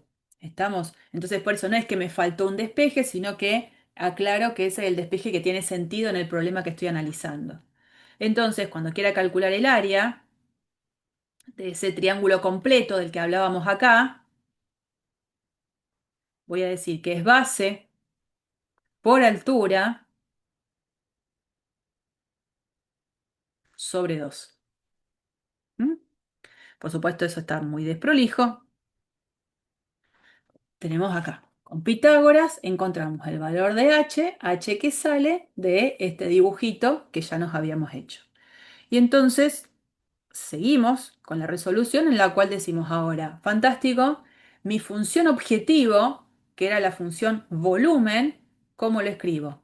Y se acuerdan que era base por altura sobre 2, que era el área del triángulo, por 20, que era la altura. Fantástico, acá está. ¿Qué es lo que queda después? Si puedo simplificar, simplifico. Fíjense que el 20 lo puedo simplificar con el 2 y me queda un 10.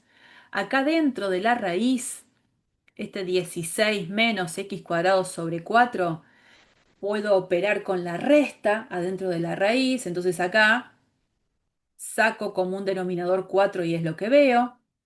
Y en el paso siguiente me doy cuenta que acá sí la raíz la puedo distribuir porque tengo la raíz de una división. Cuando haga la raíz de 4 es 2, ese 2 con el 10 se simplifica y encuentro esta expresión. Podría haber usado cualquiera de las anteriores. No es que es obligatorio llegar a esta expresión, pero por ahí lo que más pueda compactar mejor. Encontré la función, o al menos la ley de la función objetivo. Lo que me falta es encontrar el dominio. Y acá dice que esta función solo tiene sentido sobre el intervalo 0,8. ¿Por qué? Porque la verdad es que acá si yo me fijo la función b de x y en -1 la podría evaluar. 5 por -1, -5. La raíz de 64 menos 1 al cuadrado me queda la raíz de 63. La cuenta la puedo hacer. Pero ¿por qué dice que el intervalo entonces es 0,8? Aunque veo que el menos Porque éxito. con un número mayor a 8 la raíz te va a quedar negativa y Sí, con uno menor que 0 te va a dar negativo el ¿no? resultado. Ah, el Y resultado. Ajá. el resultado, claro, y siendo una altura, tiene que ser siempre positiva. Ojo que acá no estamos hablando de altura, ya pasamos el momento de altura, estamos hablando de volumen, ¿no? Entonces, eso que vos decís es correcto. Primero y principal, Ah, bueno, pero el volumen tiene que ser positivo. para hablar de volumen, la función tiene que estar definida sobre un intervalo donde ese resultado tiene que ser positivo. Bien, eso es correcto. Por eso es que entonces el -1, que yo me hacía la tonta y decía, ¿por qué el -1 no está? Bueno, no está porque el resultado final tiene que representar un volumen y no me puede dar un número negativo. Otra cosa que se puede ver es el X, acuérdense, representaba el lado faltante del triángulo, ¿no? Es acá, en realidad, donde presto mayor atención. propiedades de triángulos, sé que siempre un lado es menor a la suma de los otros dos. El x, fíjense, no puede ser más grande que 8, porque de ser más grande que 8 no puede cerrar el triángulo, no puede formar el triángulo, ¿no? Hay todas, como que son muchas lamparitas que se prenden para decirme, mira, el dominio es 0,8. Una lamparita es la de que estoy trabajando con longitudes, estoy trabajando con áreas, estoy trabajando con volúmenes. Ninguna de esas cosas puede ser negativa. Y por otro lado, ese x era el lado faltante de un triángulo. Hay propiedades de geometría que se tienen que respetar. Todas Igual, ellas, para verlo más visual, tipo, si te imaginas la canaleta cada vez que se va abriendo, llega un punto que si lo abrís más que eso te va a quedar recto o te va a claro, quedar para abajo y no va a tener agua, entonces no va a haber volumen. no, bueno, viste que vos decís va para abajo, pero Sí. bueno, podría pensar que el triángulo quedó para el otro lado y la canaleta lo único que hizo fue dar la vuelta, qué sé yo. Lo importante es eso, que no puede ser más grande que la longitud de la suma de las longitudes de los otros dos. Cualquiera de las visiones a mí me ayuda a realmente corroborar que este es el dominio de la función. Eso es importante. Entonces yo ya estoy en el paso 4 de la receta que trabajaba al principio. Ya sé que esta es la función con esta ley y donde el dominio de validez es este. Si yo quiero ver dónde encuentro el máximo de esa función, ¿qué hago? ¿Cómo se analiza eso de la existencia del máximo? Busco un punto crítico. Porque después, ¿qué viene? Graficar la función sería. No, no hace falta graficar la función. Digo, vos hablás de número crítico, fantástico, pero a lo mejor tengo varios números críticos y ¿cómo sé cuál es el que quiero? Tenés que buscar un máximo. Tengo que buscar un máximo. Los números críticos, acuérdense, eran candidatos a que haya allí extremos relativos. Después tendré que analizar qué hay en cada uno de esos números críticos, ¿no?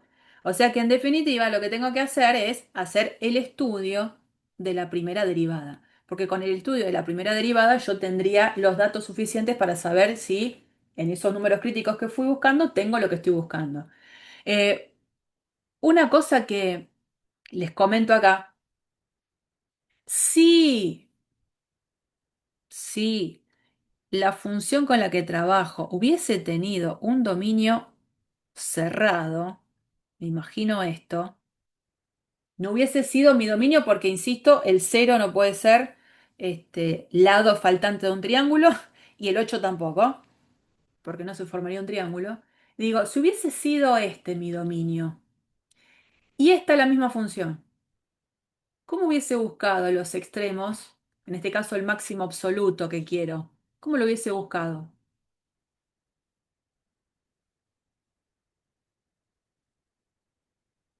No se olviden de la primera clase. Probando en los extremos también. Claro, porque yo ¿de qué me basaba? La función es continua sobre un intervalo cerrado, siempre tiene máximo y mínimo absoluto. Y el criterio que decía que buscara los puntos críticos, evaluaba la función en los extremos del intervalo, la función en los números críticos, el más grande era el máximo, el más chiquito era el mínimo. Eso funcionaba para una función continua sobre un intervalo cerrado. ¿Qué sucede? Yo acá no estoy trabajando sobre un intervalo cerrado, así que eso no lo puedo aplicar. ¿Qué tengo que hacer? El estudio del signo de la primera derivada. No me queda otra. Si hubiese sido cerrado, la historia era diferente. No es cerrado, es abierto. Entonces, bueno, calculamos la primera derivada. Es la derivada de un producto. Me queda una suma de expresiones donde, y acá hay que hacer las cuentas, que ya se las dejo porque ya saben cómo tienen que operar. La idea es esta suma, tratar de escribirla como una expresión en la que después yo vea la facilidad de buscar número crítico, porque los números críticos van a surgir donde la primera derivada valga cero o donde la primera derivada no exista. Entonces yo ya sé que tengo que operar para dejar lo más compacto posible la expresión de la primera derivada.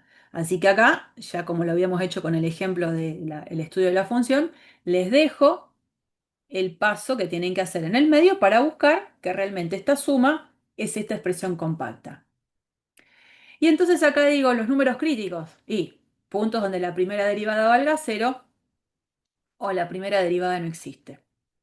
La primera derivada, ¿dónde no existe?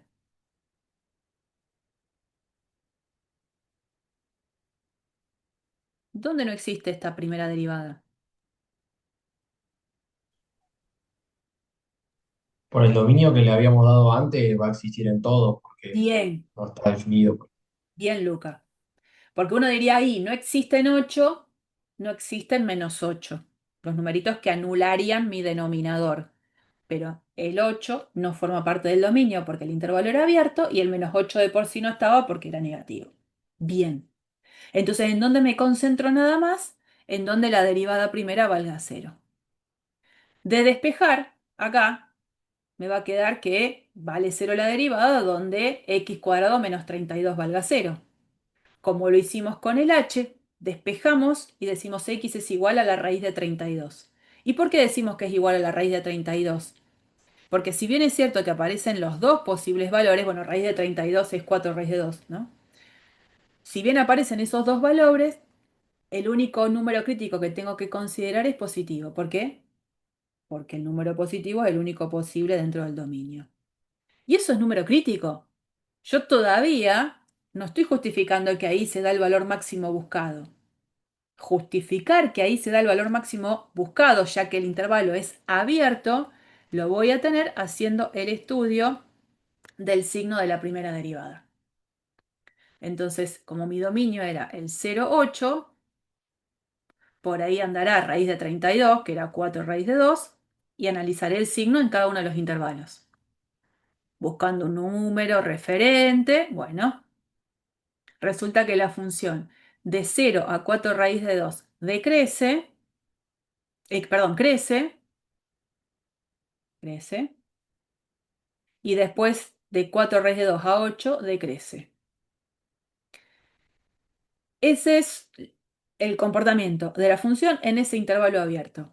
Crece y luego decrece. Este, que es un máximo relativo, en mi dominio, que es ese solo, ahora terminó siendo el máximo absoluto. No era un máximo relativo solamente, en ese gran dominio es un máximo absoluto.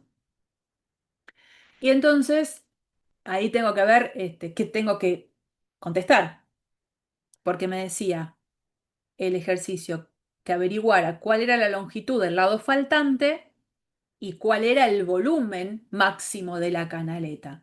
Entonces, x igual a 5,66 pies, que sería esta cuenta, 4 raíz de 2.